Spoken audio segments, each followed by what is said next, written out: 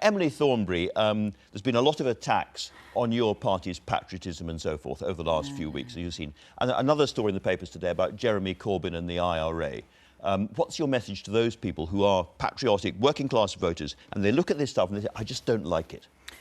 Well, I think that there were negotiations going on behind the scenes, and there were people speaking openly, and this is something which has been known for 30 years, and it's being dragged up at this particular time because there's a general election on.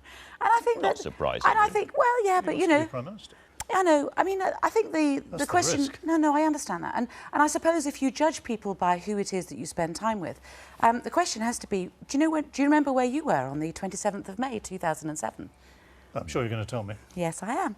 So you were in Syria and you were celebrating at a reception the re-election of President Assad with a 99% percentage of the vote. Now, I'm not going to judge you on you going to a reception with Assad, and I don't think that people should judge Jeremy by trying to talk to people who might be open to a settlement in Northern Ireland. I think there's a little bit of a... Is this true?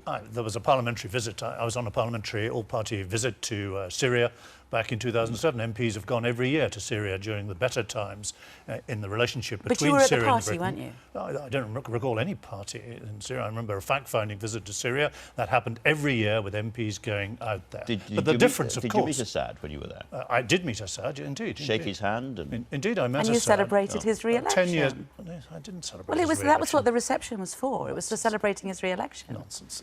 10 years ago, we had a different relationship with Assad here, but there's a huge moral difference between talking to other foreign leaders, and I meet them all the time as Defence Secretary, and Jeremy Corbyn's quite open support for the IRA, which was actually engaged in Northern Ireland. Having open support for the IRA. You really can't just go around making this stuff up. There's an election on, and people need to make decisions on the basis of the truth. You've just said, for example, that I want to negotiate the future of the Falklands. That is bollocks. I did not. What? Just say it again, come on. It is untrue. You implied, just 20 minutes ago, you implied sitting there that there should be some Michael, international kind of settlement. You really just can't make this up as you go along. People need to make decisions in this general election based on facts and based on information, proper information. And it's not right for you to go slinging around dead cats the way that you do.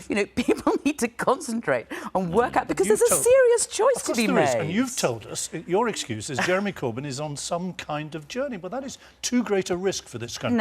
Somebody who's against a nuclear deterrent, in relation to NATO, soft on terrorism. In relation to NATO, there has been a change. He wants a demilitarised and we zone. are clear. Can I ask you both about a word that is being used again and again, landslide? Tom Watson said that if things don't change, then the Conservatives are on course for a Thatcher-style landslide. Why do you think he said that?